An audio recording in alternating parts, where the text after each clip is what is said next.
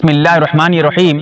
نماز میں ایک بہت بڑی کوتاہی، بہت بڑی غلطی یہ کرتے ہیں کہ تعدیل ارکان چھوڑ دیتے ہیں۔ بتاؤں گا انشاءاللہ تعدیل ارکان کیا ہے۔ جب میں آپ کو بتاؤں گا آپ پھر اپنی مسجد میں جا کر اسے اندازہ کریں اور ٹٹولیں اور غور و فکر کریں، دیکھیں کہ کتنے حضرات کی نماز ہوتی ہے اور کتنے کی نہیں ہوتی ہے۔ بہت بڑی غلطی ہے، عوام کی اصلاح کریں، یہ بہت ضروری مسئلہ ہے، اس لیے آپ کو بتا رہا ہوں۔ تعدیل ارکان، تعدیل ارکان بتاؤں گا کیا ہے، لیکن یاد رکھیں تعدیل ارکان یہ واجب ہے، ضروری ہے۔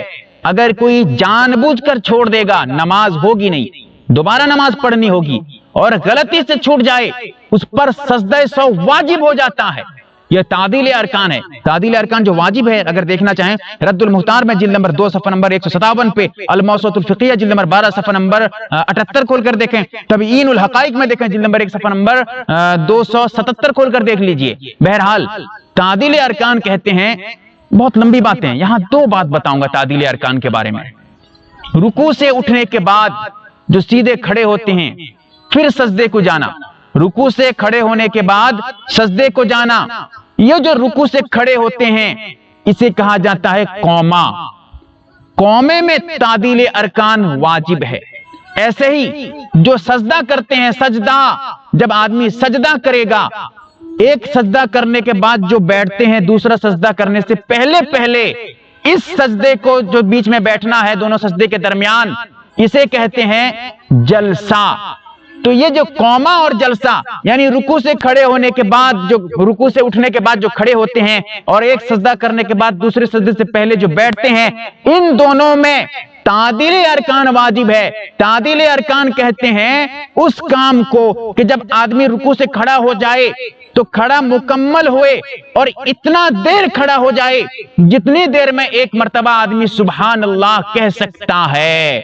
ایک مرتبہ سبحان اللہ کہنے میں جتنا ٹائم لگتا ہے اتنا ٹائم کھڑا ہونا، رکوع سے اٹھنے کے بعد سجدے کو جانے سے پہلے اتنا دیر کھڑا ہو جانا، سیدھا کھڑے ہونے کے بعد اتنے دیر ٹھہر جانا، رک جانا، جتنے دیر میں ایک بار سبحان اللہ کہا جاتا ہے، ایک بار سبحان اللہ کہنے میں جتنا ٹائم لگتا ہے اتنا ٹائم ٹھہر جانا رکوع سے اٹھنے کے بعد، یہ ہے تعدیل ارکان اور یہ واجب ہے۔ اگر کوئی رکوع سے اٹھتا ہے، سیدھا کھڑا ہوا، سیدھا سجدے میں چلا گیا، اور یہ جو کھڑا ہوا ہے رکوع سے اٹھنے کے بعد ایک مرتبہ سبحان اللہ کہنے سے پہلے چلا جاتا ہے، یعنی ایک مرتبہ سبحان اللہ کہنا نہیں ہے، پھر مسئلہ سمجھیں، ایک مرتبہ سبحان اللہ کہنا نہیں بلکہ کہنے میں جتنا ٹائم لگتا ہے اتنا ٹائم اس کے لیے رکوع سے کھڑے ہونے کے بعد ٹھہرنا واجب تھا، ضروری تھا۔ اگر کوئی رکوع سے اٹھتا ہے، سیدھا کھڑا ہوا، فوراً سجدے میں چلا گیا، ایک مرتبہ سبحان اللہ کہنے میں جتنا ٹائم لگتا ہے اس سے پہلے اگر سجدے میں چلا جاتا ہے، اگر غلطی سے ہو گیا سجدہ سو واجب اس پر، جان بوجھ کر کیا تو نماز ہوئی نہیں اس کی، کیونکہ یہ تعدیل ارکان ہے، واجب ہے۔ ایسے ہی دونوں سجدے کے درمیان جو بیٹھتے ہیں اتنا دیر بیٹھنا کہ جس میں ایک مرتبہ آپ تسبیح کہہ سکیں، ایک مرتبہ سبحان اللہ کہہ سکیں، اتنا دیر ٹھہرنا دونوں سجدے کے بیچ میں، جو دونوں سجدے کے درمیان جو بیٹھتے ہیں اتنا دیر بیٹھ جانا کہ جس سے آدمی ایک بار سبحان اللہ کہہ سکے، یہ واجب ہے۔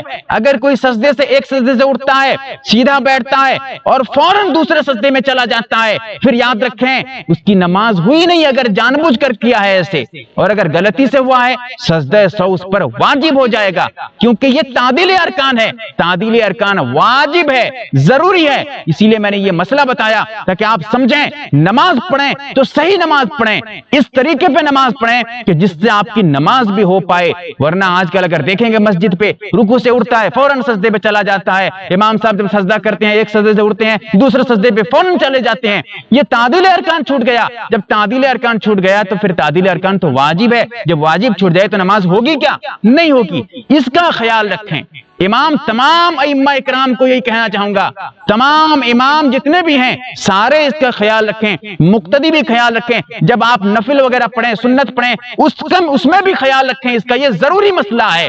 اللہ تعالی ہم تمام کو صحیح مسئلہ سمجھنے کی توفیق عطا فرمائے، نماز اس طریقے پہ پڑھنے کی توفیق عطا فرمائے جس پہ ہماری نماز ہو۔ اللہ تعالی ہم تمام کو صحیح سمجھ عطا فرمائے۔ وآخر دعوانا ان الحمدللہ رب العالمین۔